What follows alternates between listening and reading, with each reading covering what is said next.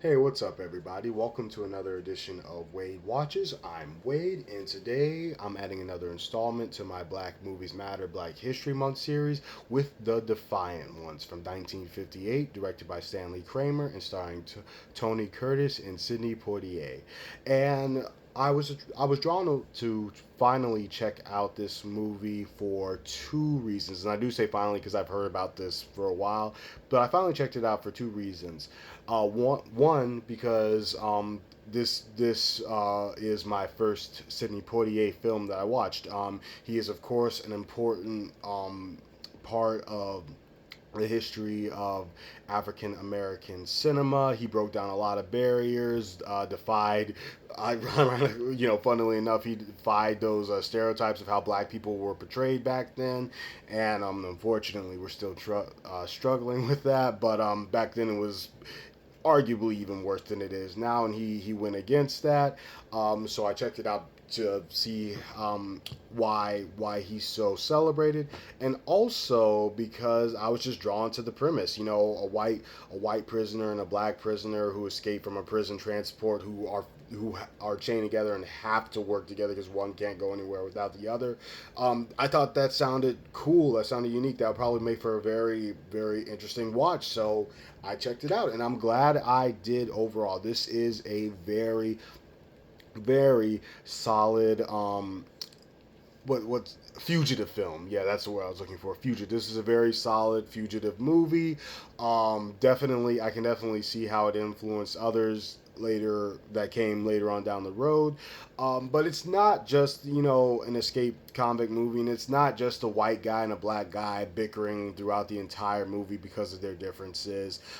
Because early earlier on than I expected, or maybe just because the movie has a shorter runtime of 90 minutes, they kind of, well, not, yeah, kind of, not fully, but they kind of realized early on that they obviously have to figure out a plan together because they're chained together. So, Tony Curtis, the white prisoner, um, wasn't kind of subverted my expectations because he's not like calling Sidney Poitier the N word throughout the entire movie. Thankfully, I did go into this movie thinking he would definitely play like a straight up racist bigot. But he's a more complex character than that, and so is Sidney Poitier. He's also a more complex character than just the black guy, the black prisoner. Thankfully, um, and I can kind of understand why that is after I did some research after watching this film. The director Stanley Kramer was one of the first directors to well, at least in the mainstream, to tackle heavy issues like race and whatnot in his films. He was a very outspoken liberal director, which was somewhat of a first back then. I'm sure he wasn't the only one, but he's very notable for that, and putting those serious messages that film studios back then wouldn't normally even think about touching. So it all makes sense that he wouldn't just like create this like shallow surface level um, movie with white and black stereotypes where the white guy's just like, hey, you're a nigger boy, and there's some of that. There's some of that.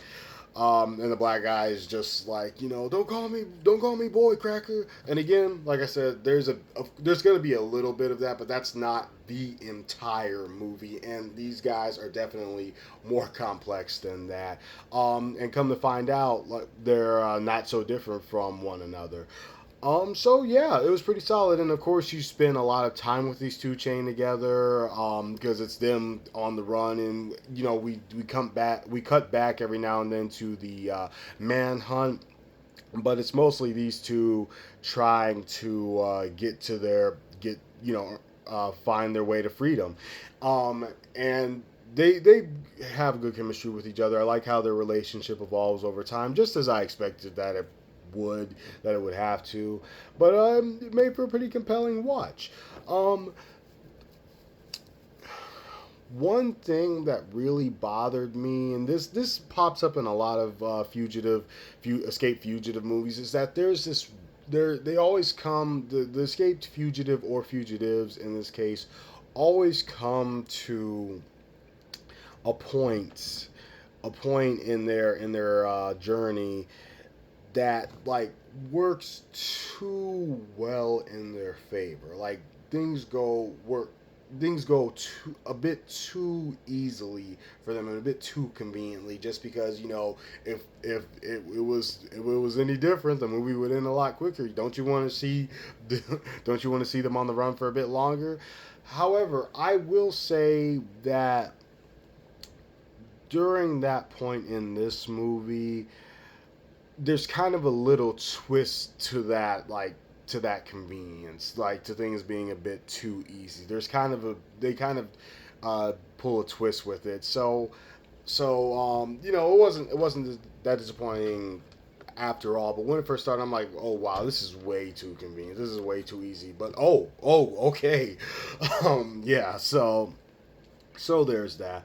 And that's about it. It's a solid escape fugitive movie. It makes for an interesting dynamic with two people who start out hating each other, having a big problem with each other. As they establish that these two guys have a problem with each other when the movie first opens up. It's very interesting seeing those two have to work together and kind of like force themselves to find a common ground as the movie progresses and as they understand the reality of their situation.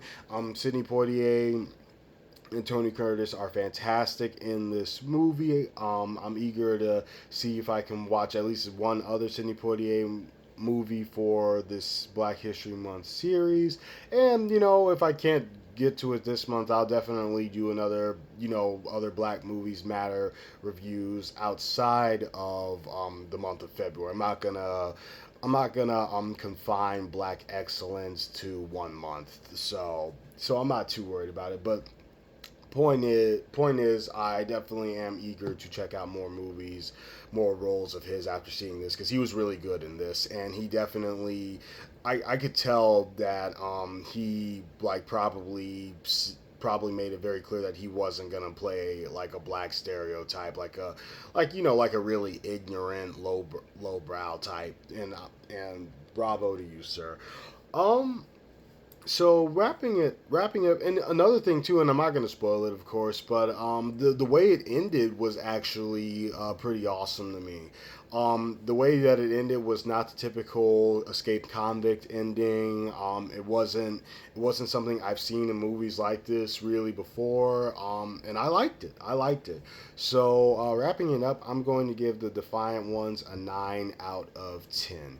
This has been another edition of Wade Watches for another edition of my Black Movies Matter series for Black History Month, and I will definitely see you all later with more Black Movies Matter reviews. Peace.